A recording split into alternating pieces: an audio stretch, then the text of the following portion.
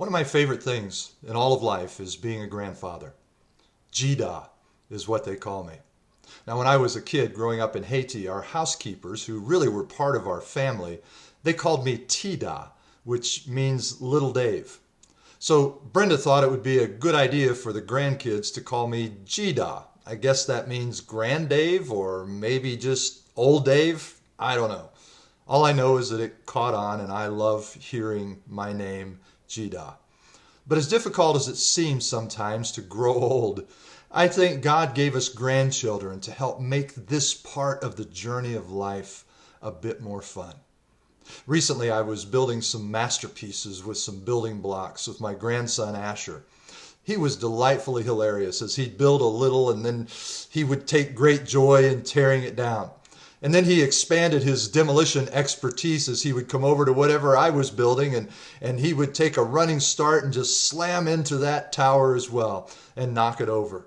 Now, it's really cute when a 20-month-old builds and then destroys.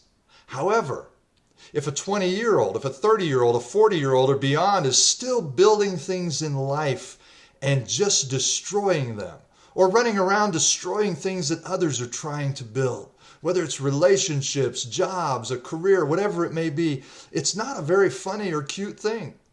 And when it comes to the most important aspect of life, the spiritual, showing the love of Jesus, the one that we have chosen to follow, in that, Paul has some very important things to say about the potential childish, self-destructive behavior that we can find ourselves engaged in if we're not careful.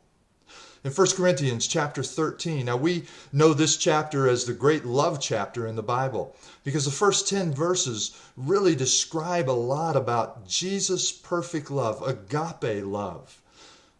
But in verse 11, Paul kind of wraps it all up. And he talks about how left to our own devices, if we're not careful, we can still carry around with us that childish behavior that tears down what God is trying to build up in us. Paul said with warning, when I was a child, I talked like a child.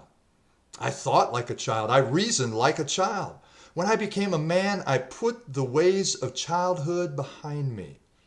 Now the tragedy is that left to our own natural tendencies, we will self-destruct in one way or another. That's why Jesus came to obliterate the old nature within us and to bring to our lives a new nature, a regenerated nature in following Jesus. And the love that is described in those first 10 verses is a love that flows from that regenerated nature that Jesus has brought to our lives. Here's your mission today, should you decide to accept it. Go to 1 Corinthians 13. Read those first 10 verses that precede this 11th verse that I read for you. See what the love of that regenerated nature looks like, and then ask yourself, today, who could benefit from my regenerated love? I love you, church, but wow, does he ever love you and me more than we could ever imagine?